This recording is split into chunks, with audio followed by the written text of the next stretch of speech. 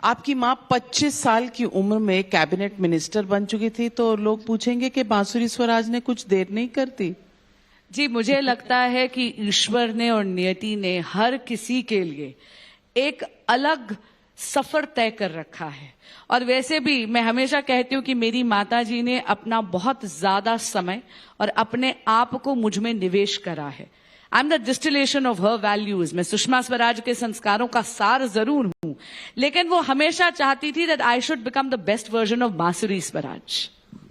मेरा बचपन बहुत खुशहाल था, मेरा बचपन बहुत सहज था, मेरा बचपन बहुत सरल था। शायद यही मेरे व्यक्तित्व में आज भी परिलक्षित होता है।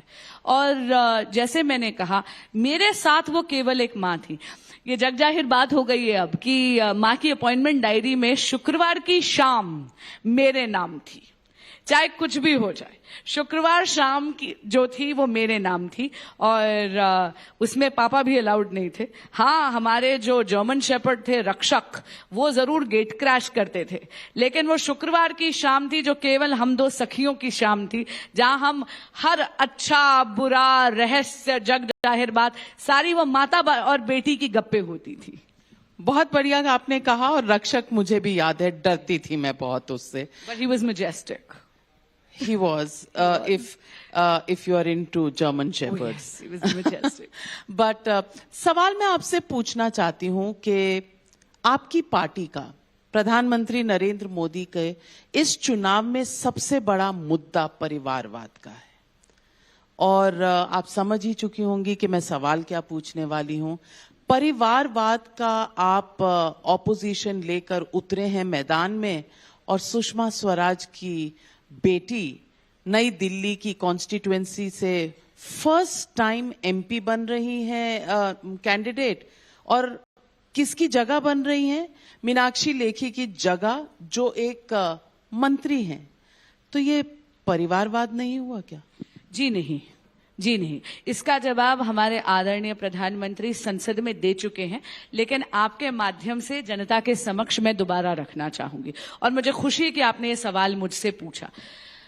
देखिए, परिवारवाद तब होता है जब आते ही आप नंबर 1 के दावेदार बन जाते हैं, क्योंकि आपके माता पिता जनप्रतिनिधि हैं, इसीलिए आप भी जनप्रतिनिधि हो। ये जरूर, ये शायद ठीक नहीं है, लेकिन क्योंकि मेरी माता राजनीति में थी, इसका अर्थ ये नहीं है कि राजनीति मेरे लिए निषेध है। मुझे भी उतना ही अधिकार है स्ट्रगल का, मुझे भी उतना ही अधिकार है परिश्रम का, मुझे भी उतना ही अधिकार है पराक्रम का। हाँ, मैं पार्टी की बहुत शुक्रगुजार हूं कि उन्होंने ये दायित्व दिया है। ये रिवॉर्ड नहीं है, ये दायित्व है, एक मैं कहूंगी रिस्पॉन्सिबिलिटी है, जिम्मेदारी है, जिसे मैं पूरी तरह निभाने का प्रयास कर रही हूं। और इससे पहले भी जो मुझे दायित्व दिए गए, चाहे मैं लीगल सेल में को कन्वीनर ली गई, चाहे मैं प्रदेश में मंत्री की मुझे भूमिका निभाने का मौका मिला, मुझे एक ग्रास रूट से एक कार्यकर्ता के रूप में काम कर कर जनता में जाकर और फिर निवेदन करने का मौका मिला है। परिवारवाद तब होता है जब आप मेहनत नहीं करते, लेकिन सीधा आकर मुख्यमंत्री पद के दावेदार हो जाते हैं, या मैं कहूंगी कि पार्टी के सरगना बनने के दावेदार हो जाते हैं, सिर्फ इसलिए क्योंकि आपका सरनेम एक पर्टिकुलर फैमिली से आता है। नितिन गडकरी जी कहते हैं कि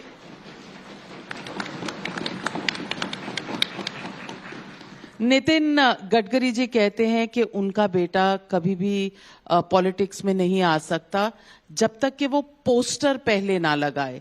वो कहते हैं कि मेरा जो भी है पर्सनल वेल्थ वो मेरे बच्चों का है, लेकिन मेरी राजनीतिक धरोहर जो है वो मेरे कार्यकर्ताओं की है। तो वो क्या गलत कह रहे हैं? नहीं, बिल्कुल सही कह रहे हैं।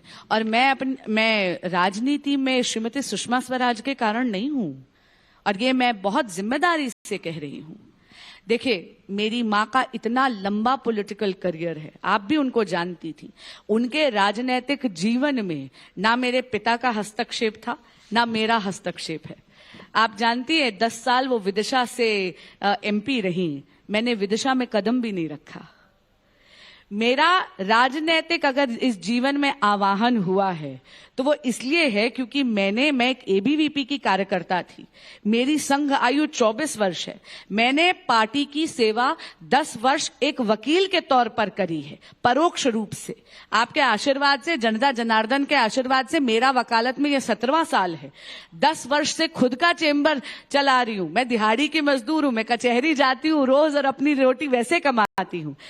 पार्टी ने मुझे पहली भूमिका लीगल सेल में को कन्वीनर के नाम पे दी और बहुत विनम्रता से कहूंगी, ये मुझे जो दायित्व मिला या मौका मिला, ये जब कृष्ण मां को चुरा कर ले गए उनके जाने के 4 साल बाद मिला। आप जब ये कहती हैं तो पता नहीं क्यों गला भर सा आता है।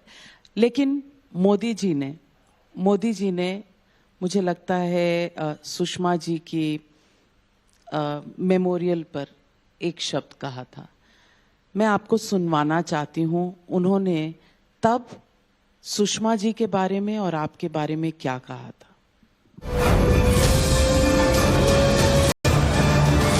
सुषमा जी की जो ताकत थी उसकी कुछ झलक मैंने बांसुरी में अनुभव की।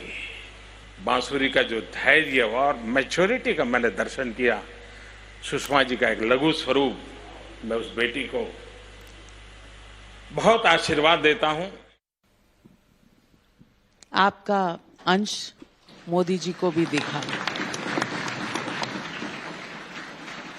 आप कहती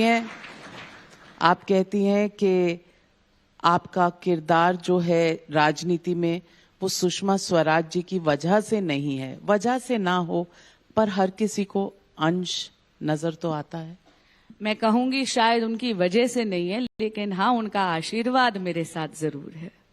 और मैं आभारी हूं और धन्यवाद देती हूं यशस्वी प्रधानमंत्री श्री नरेंद्र मोदी जी का कि उन्होंने ये आशीर्वाद मुझे दिया है। मेरा सुदृढ़ हो गया है संकल्प कि अब की बार 400 पार, फिर एक बार मोदी सरकार।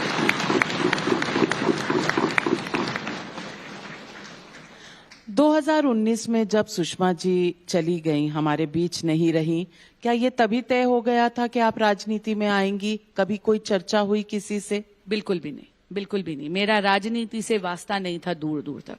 मैंने आपको कहा ना, मुझे पहला टेलीफोन कॉल जो आया वो मां के चले जाने के 4 साल बाद आया।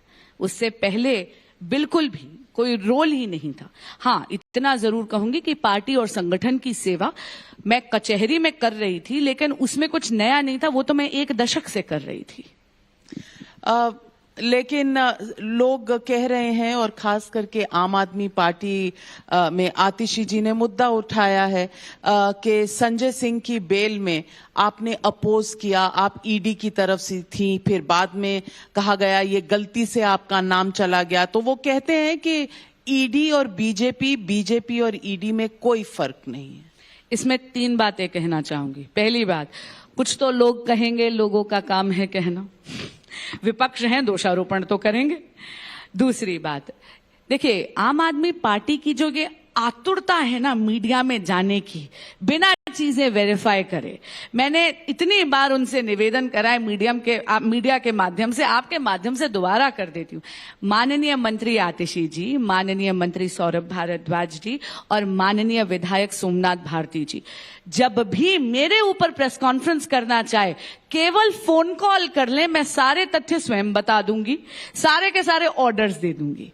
रही बात जो उस दिन हुआ, ये बात बिल्कुल सही है कि उस ऑर्डर में मेरा नाम गलती से गया है। खुद ईडी ने एप्लीकेशन डाली है और मेंशन करेगी और जजेस ने उस ऑर्डर से मेरा नाम हटा दिया। जी, मैं यूनियन ऑफ इंडिया के पैनल पे थी, लेकिन 2 मार्च को जब टिकट की घोषणा हुई तो 8 मार्च को मैंने रिजाइन कर दिया। 15 मार्च को वो रेजिग्नेशन एक्सेप्ट भी हो गया। तो वो मैटर मुझे अब मार्क हो ही नहीं सकता था। मैं इस केस में ईडी की वकील नहीं थी। उस दिन ऑर्डर में नाम गलत था। तो ये गलती, ये एसोसिएशन कहां से आया? वो मुद्दा ये भी उठाते हैं कि एक और बहुत हाई प्रोफाइल केस है, और वो हाई प्रोफाइल केस है जब आप ललित मोदी की वकील थी, और ललित मोदी के ट्वीट्स भी हैं जिसमें उन्होंने आपका धन्यवाद, शुक्रिया किया है फॉर पासपोर्ट।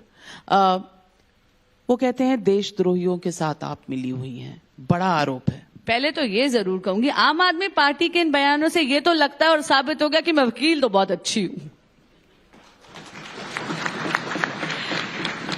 देखिए, उन्होंने जितने भी आरोप लगाए हैं सरासर निराधार हैं, गलत हैं।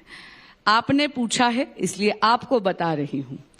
ललित मोदी का जो केस था वो मेरे सीनियर कर रहे थे, मैं 9वें नंबर की जूनियर थी, उसमें मेरी कोई भूमिका नहीं थी। आप भी जानती हैं, आपके बेटे भी वकील हैं। अरे भाई, जूनियर एडवोकेट का जो स्टेटस है ना, वो इंटर्न से भी बदतर होता है। तो इसलिए, और रही जो उस प्रेस कॉन्फ्रेंस में उन्होंने जो बाकी 2 और आरोप लगाए, उसमें आप जैसे वो नीरव मोदी कहते हैं, मैं नीरव मोदी की वकील ही नहीं हूं। अनिल मसीह का नाम लेते हैं, मैं अनिल मसीह की वकील नहीं हूं। मैंने कहा ना, चेक ही नहीं करते। वो मणिपुर की बात करते हैं, मणिपुर में मैं अभियुक्त की वकील नहीं हूं, वहां तो मैंने इंटरवीन करा है एक एनजीओ के लिए जो बंगाल की महिलाओं के लिए काम करती हैं, क्योंकि बिल्कुल जैसा कांड मणिपुर में हुआ था वैसा ही एक नहीं बल्कि 2 हादसे टीएमसी के वर्कर्स ने करा महिला प्रत्याशियों के साथ। मैं तो उनके लिए इंटरवीन करी थी। लेकिन मैंने कहा ना कि झूठ का पुलंदा हमेशा जनता जनार्दन के सामने लाते हैं, मीडिया में आने पर आतुर रहते हैं, कभी जो है वेरीफाई नहीं करते। पर अगर इनकी रिसर्च टीम इतनी लेजी है, बस एक फोन कॉल कर ले, मैं दे दूंगी सारे तथ्य। लेकिन फिर ललित मोदी ने आपको थैंक यू क्यों किया ट्वीट पर? ये आपको उनसे पूछना पड़ेगा। एब्सकॉन्डिंग है, कैसे पूछूं? ट्वीट के माध्यम से।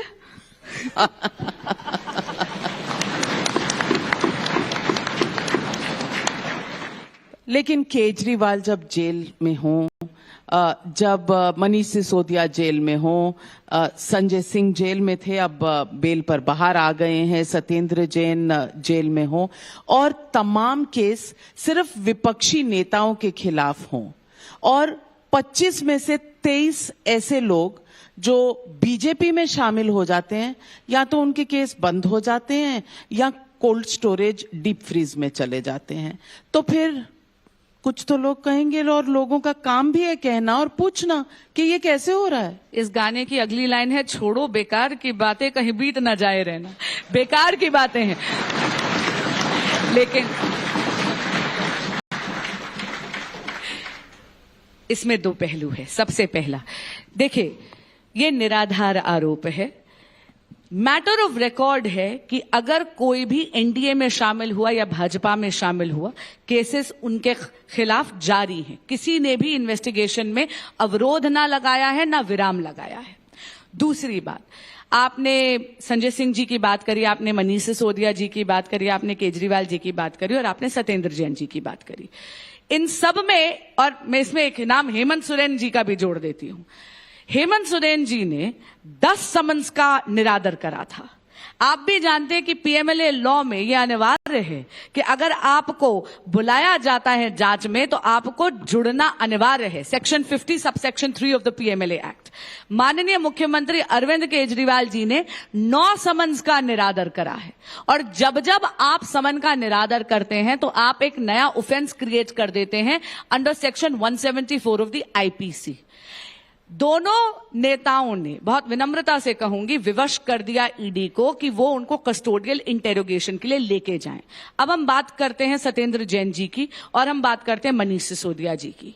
मनीष सिसोदिया जी की जब बेल रिजेक्ट हुई है 7 बार, चाहे ट्रायल कोर्ट हो, चाहे हाई कोर्ट हो, चाहे सुप्रीम कोर्ट हो, तो इसमें कोर्ट का यह मानना है कि प्राइमा फेसी एविडेंस एस्टैब्लिश कर दिया गया है घोटाले में इन्वॉल्व्ड होने का, और इसीलिए जांच एजेंसियों ने जो तथ्य रखे उनको देख के कचहरी ने उनको बेल नहीं दी है। इसमें भाजपा की कोई भूमिका ही नहीं है।